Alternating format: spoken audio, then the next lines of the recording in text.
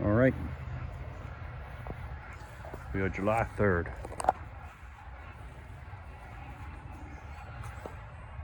Native milkweed, doing real well. Deers don't bother it, which is great.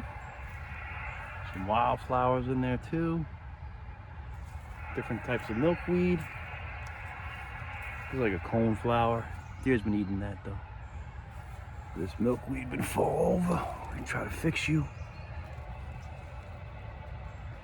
I'll try to fix you. Some nice little purple flowers in there. More milkweed. Milkweed. Mother Mary. Basil. This milkweed I grew from seed. Marigolds, milkweed, milkweed. Now we go into the garden. Into the old garden. Here we go. The garlic is harvested. So now I put in some sunflowers, some parsley, some onions. Smell good. In there is peppers. The peas are coming to an end. I gotta harvest what we have. These ones there that are yellow, these are past their prime, but we can use these as seeds for next year. But the peas are coming to an end. They come in quick and they end quick. Got some nice peppers.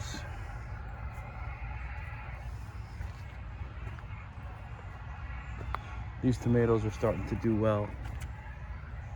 Got a bunch of tomatoes in here and in here. These are all Roma and San Marzano. Eggplants are doing well. The weather hasn't been that great. Tomato plants, the peas, peppers, jalapenos doing well. Sweet peppers and bell peppers take a while. They're kind of frustrating. They take a long time and they don't really produce all that many. Tomatoes, basil.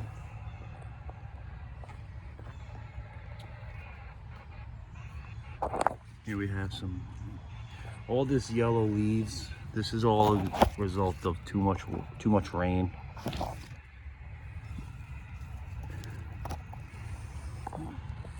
But pretty early in the season, so we'll get through it. Beets, they're almost ready for harvest. Carrots the same. Now carrots are pretty interesting because this is obviously a carrot from last year, right? This one,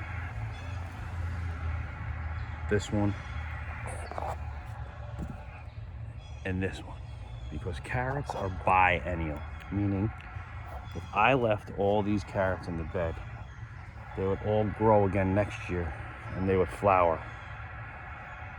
And then you could take those seeds and harvest them, right? So one flower is gonna produce about 200 seeds. Cucumbers.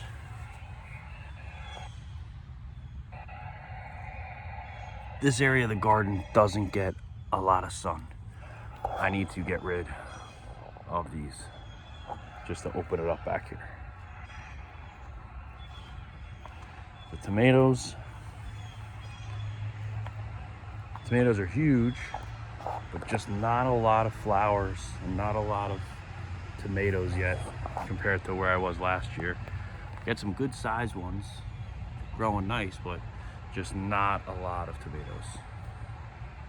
But again, we're early. This is a tomato that was grown from a cutting, a clone. All right.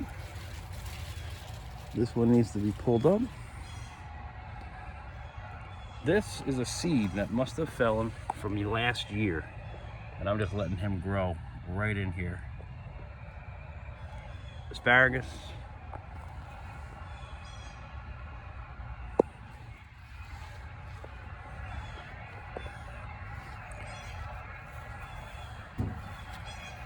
Now we come over here, take a look at our garlic. Garlic's all been harvested, a lot of garlic.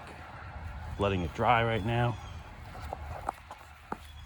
Some freaking awesome bulbs. Much better than I did last year. Tons of garlic. I love to cook with garlic, so it will work out. But see, now this is an example of a garlic that I let go too long, right? So that's why it's splitting. So this is something I'll use quickly. But like this bulb here, like these nice huge bulbs, I'll use this bulb for seeds for next year, right? So one of these little guys here, that is a garlic plant. Come on over yonder.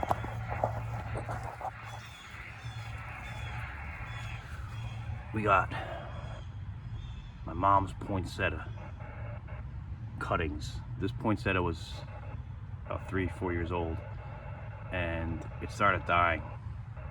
So I grew all these from cutting. This started back in end of March.